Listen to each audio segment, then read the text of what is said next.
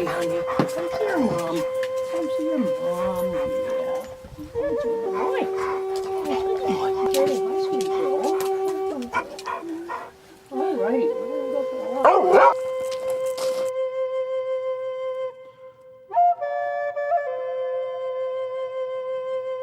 My name is Katherine Wells. I'm an artist, a writer, and the chair of the Mesa Prieta Petroglyph project in New Mexico. I first got interested in petroglyphs long ago when my ex-husband and I and some friends were on a raft trip on a river in Utah. Okay. We spotted a cliff dwelling above the river and we climbed up to visit it. And on the back wall of the cliff dwelling there was a beautiful image of a turtle incised into the wall, and I fell in love with petroglyphs at that moment. The rock here is basalt. It's a volcanic rock that's very hard, and so it takes a little bit of work to make a petroglyph. The method used to make most of the petroglyphs here is called percussion. What a petroglyph maker would do is to find a rock with a sharp edge, a sharp point, and another rock that could be used like a hammer. And so you take the sharp rock and go peck, peck, peck, hammering it with the hammer stone, and keep pecking, and pretty soon you have a petroglyph in the form of whatever you wanted to make. In 1992, my partner Lloyd Dennis and I decided to move to New Mexico. And we spent a lot of time looking for property in different areas without finding any that we really liked. We wanted something that had a house on it of some sort, and we were thinking of just a few acres.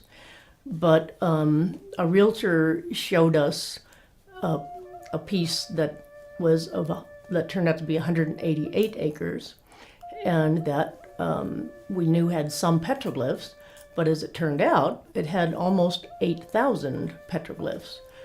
And the realtor brought us here to see the property and parked in the place where my house now is. And I got out of her car and looked up the hill, and there's a huge boulder that has wonderful petroglyphs all over the face of it. And I ran up there as quickly as I could, and I was through looking for property. I forgot about Lloyd for the moment and decided that this is where I wanted to live. And I turned around and looked at the view. Below me was the Rio Grande, flowing beautifully, and beautiful cottonwood trees all along the river. And then in the distance, the Sangre de Cristo Mountains. And I knew this was the place for me.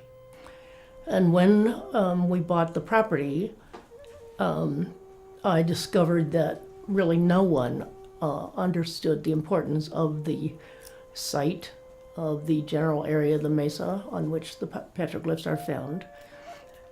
And so I appointed myself the steward and tried to go about protecting the petroglyphs as best I could.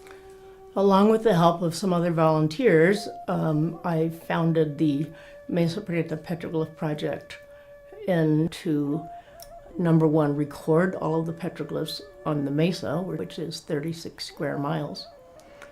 And we're trying to educate young people in the local community about them.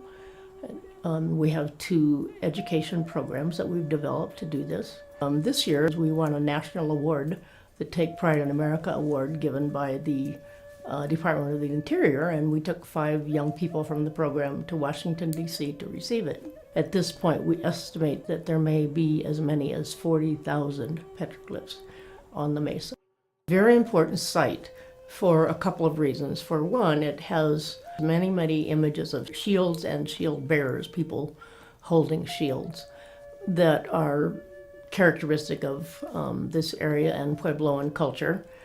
And 2, it had many, many images of flute players and animal flute players in particular.